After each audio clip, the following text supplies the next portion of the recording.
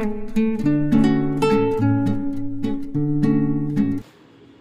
मित्रांनो, माझ्या चॅनलमध्ये तुम्हा सर्वांचं स्वागत आहे। जसं की तुम्ही बघू शकता, माझ्या ब्लॉगची सुरुवातच नेहमी या वातावरणाशीच होते।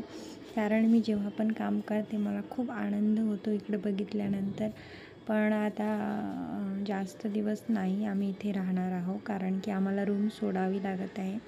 कारण की घरमालकाने पण नाही का पैसे रेंट पण वाढवलेलं आहे। रेंटचा विषय नाही आहे, पण आमची रूम आहे ना 4थ्या फ्लोअरला आहे, त्यामुळे नाही का इथे रेंट म्हणजे तेवढं नाही आहे। वरती ज्या रूम असतात ना त्यांची रेंट खूप कमी आहे, तर त्या हिशोबाने आमचा घरमालक हा रेंट जास्त मागत आहे। तर आम्हाला पण आता मुलाला शाळेत टाकावं लागते। तर म्हणजे शाळेत त्याला टाकलेलं आहे, मला पण दूर पडते, पायी जावं लागते। गाडी वगैरे आहे पण यांच्याकडे आहे, तर मला तर पायीच जावं लागते ना त्याला आणण्यासाठी। तर मी विचार केला की शाळेच्या जवळच आपण नाही का रूम करायची, म्हणजे तेवढं आणि खालची रूम करायची, आता वरची रूम नाही करायची, त्यामुळं आता रूम चेंज करणार आहे। तर बघू शकता माझे भांडे वगैरे झालेले आहे। इकडे मी चहा ठेवलेला आहे आणि आता इकडे बघते की मुलगा काय करत आहे। ओके, मुलगा झोपलेला आहे। तर कसं आहे ना की त्याची झोप पण झाली पाहिजे पूर्ण। जर झोप झाली नाही तर तो चिडचिड करतो, त्यामुळे मुलांना नाही का त्यांची झोप हवी असते। आणि तर इकडे मी बघू शकता, आज मी शिरा बनवायचं ठरवलं, बरेच दिवसानंतर तूप पण मी घेतलेलं आहे, नाही तर मी विसरून जाते, म्हणून आज मस्तपैकी छान शिरा बनवणार आहे। त्यामध्ये नाही का तूप वगैरे टाकलेलं आहे आणि इकडं मी दूध पण टाकलेलं आहे, साखर पण टाकलेली आहे। आता मस्तपैकी याला फिरवत राहते आणि पटकन नाही का शिरा बनवते आणि मुलाला देते, कारण त्याला शिरा फार आवडते। आणि मी एवढे दिवस फक्त तूप नसल्या कारणामुळेच मी बनवत नव्हती।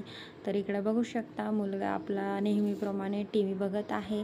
आणि तुम्हाला वाटत असेल मी याला शाळेत नाही नेत, तर मी याला सकाळी शाळेला नेते, म्हणजे याला सवय होईपर्यंत नाही का, जेव्हा याला सवय होईल त्यानंतर मी याला प्रॉपर शाळेमध्ये, चांगल्या शाळेमध्ये टाकणार आहे।